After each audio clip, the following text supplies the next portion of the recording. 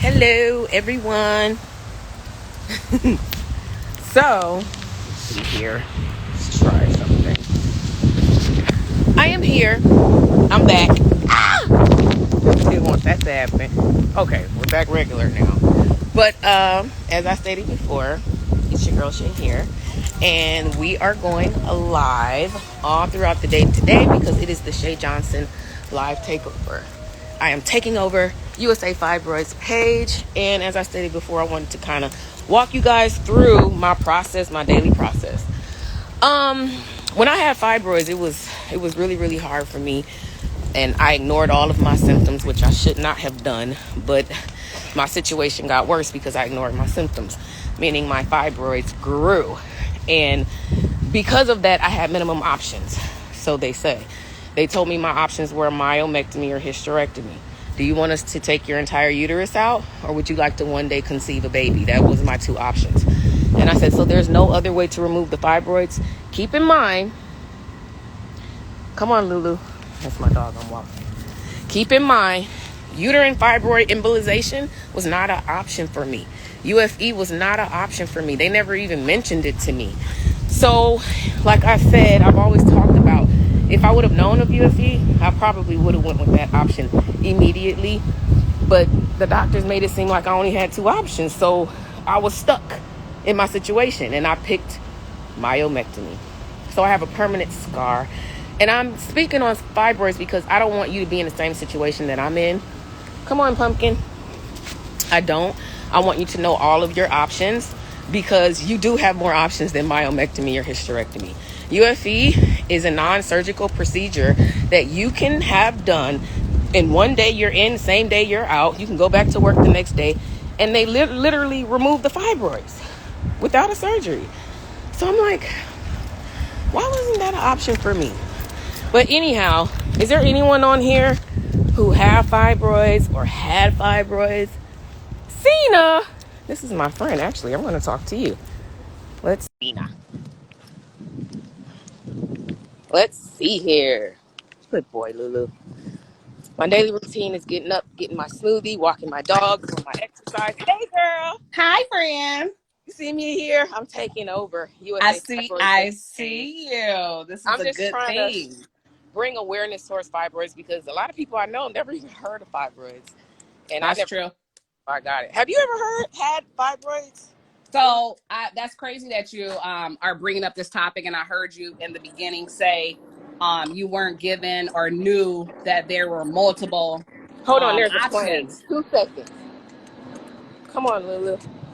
There's a plane, and I want people to hear you because I never asked you this question because I didn't know We much about fibroids even at though you all. were going through it, we never discussed it.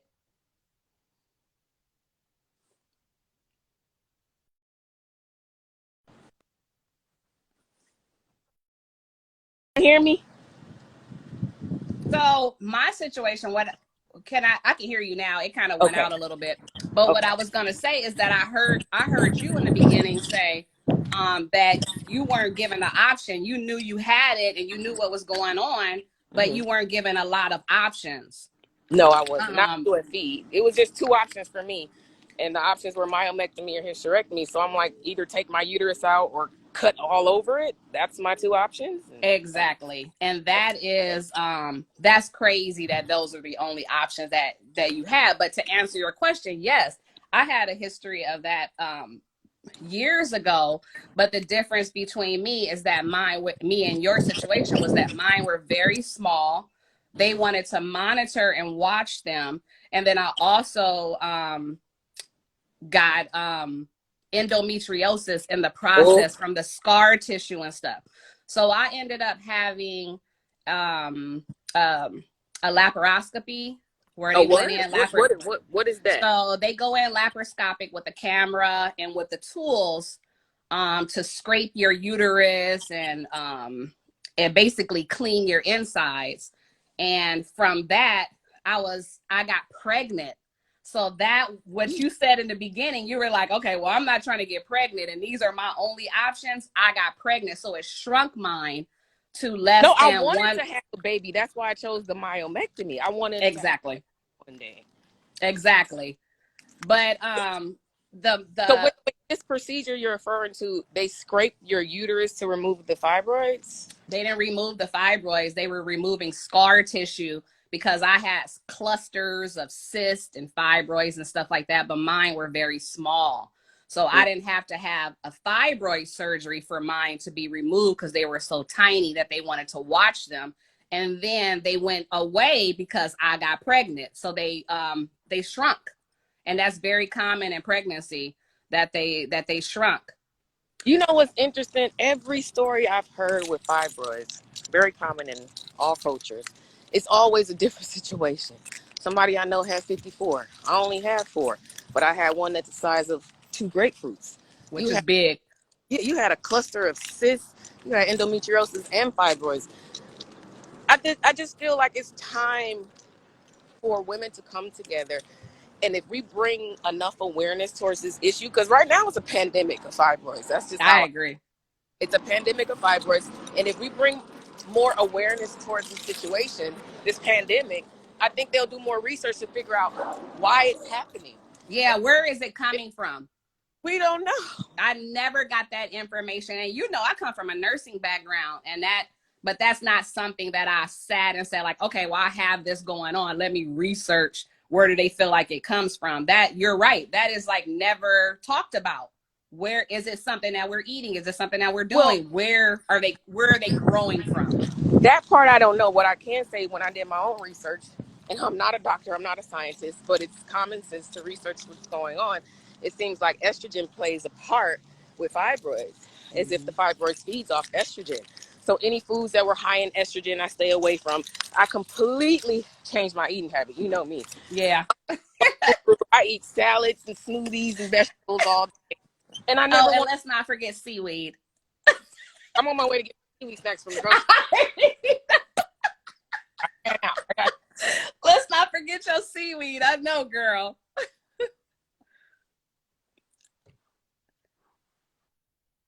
You can't go back to eating how you used to eat and using the products you used to use, because I feel like products. But this is so interesting. I'm so glad you spoke to me about this. And Mm-hmm. I would love for you to come to one of my fibroid events I and would bring do that. awareness towards fibroids and let people know USA Fibroid Centers, they have a procedure.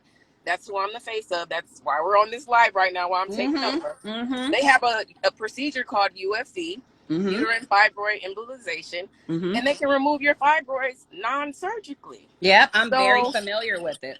I'm trying to Mm-hmm. bring awareness to USA Fibroid Centers so women know you got another option, and they have locations all over the U.S. Okay. Locations everywhere. So I want you Absolutely. to just help me bring awareness. I didn't know your situation was that bad. I wish you would have Yeah. talked to me. I know. We never talked about that. We did. Even when you were going through it, it was a long time ago for me. And then I ended up having children and mine kind of dissipated. So I just don't even think about it. But when I watch you go through it, I'm like, you know what? It's a lot. I have a lot of friends. I have a couple of friends that are on here right now. One of my girlfriends, hey boo, she actually had UFE, and sometimes they can come back. I'm Yeah, not no, sure if they they come can, back. but I would rather, if my fibroids were to come back, and I've said this before, I'm definitely doing UFE. I Yeah. would never want to go through that Through pain, that that. surgical No, pain of a myomectomy again. They no. cut my muscle, You had a and baby. guess what? They told me if I have a child, You're gonna have to have a C-section. I can't conceive normally. That's not fair. Yeah, you're gonna have to have a C-section. Yeah. So it's like it's taking a part of you, and I don't like that. And I don't want women to feel the way I feel, so that's why I speak up and I speak out. I'm so happy you talked to me. We're doing a live takeover, you guys, and I know we're talking a little longer than normal, but this is my friend, and this is things that I wasn't aware of. So I'm just very surprised, but we'll be back for Mm-hmm. sure. Like I said, throughout the day, Shay Johnson is taking over live. Sina, I'm gonna call you now. I need to talk to you. This is so sad. Like, This is we need to come crazy. together and bring more awareness to fibroids. Like, we need to help other women. Like, you guys, if you are having fibroid situations, you're having symptoms from pelvic pain, back pain, extended menstruals, um, any situation that's not normal with your menstrual, you need to get checked out. If you have Mm-hmm. clots coming out of coming out of you during your menstrual cycle, these are all Mm-hmm. symptoms of fibroids, which you could have. Do not ignore the signs. Do not. Don't ignore them. We're here to help you. And check out USA Fibroid Centers. Look at my dog's going crazy. Hey, but baby. Check out USA Fibroid Centers. They can help you. And you do not have to have a myomectomy or a hysterectomy. That is not your only option. Now, if you wait and your fibroids get serious, which everybody don't have a serious case like you did. Absolutely. Or like I did. Sometimes they'll flow right through you. But don't wait. Go to the doctor, get checked out, and call USA Fibroid Centers. They can help you. Trust me, they got you. I'm about to call you now, Sina. Call me, baby. Love you. Thanks, guys, for joining. Bye.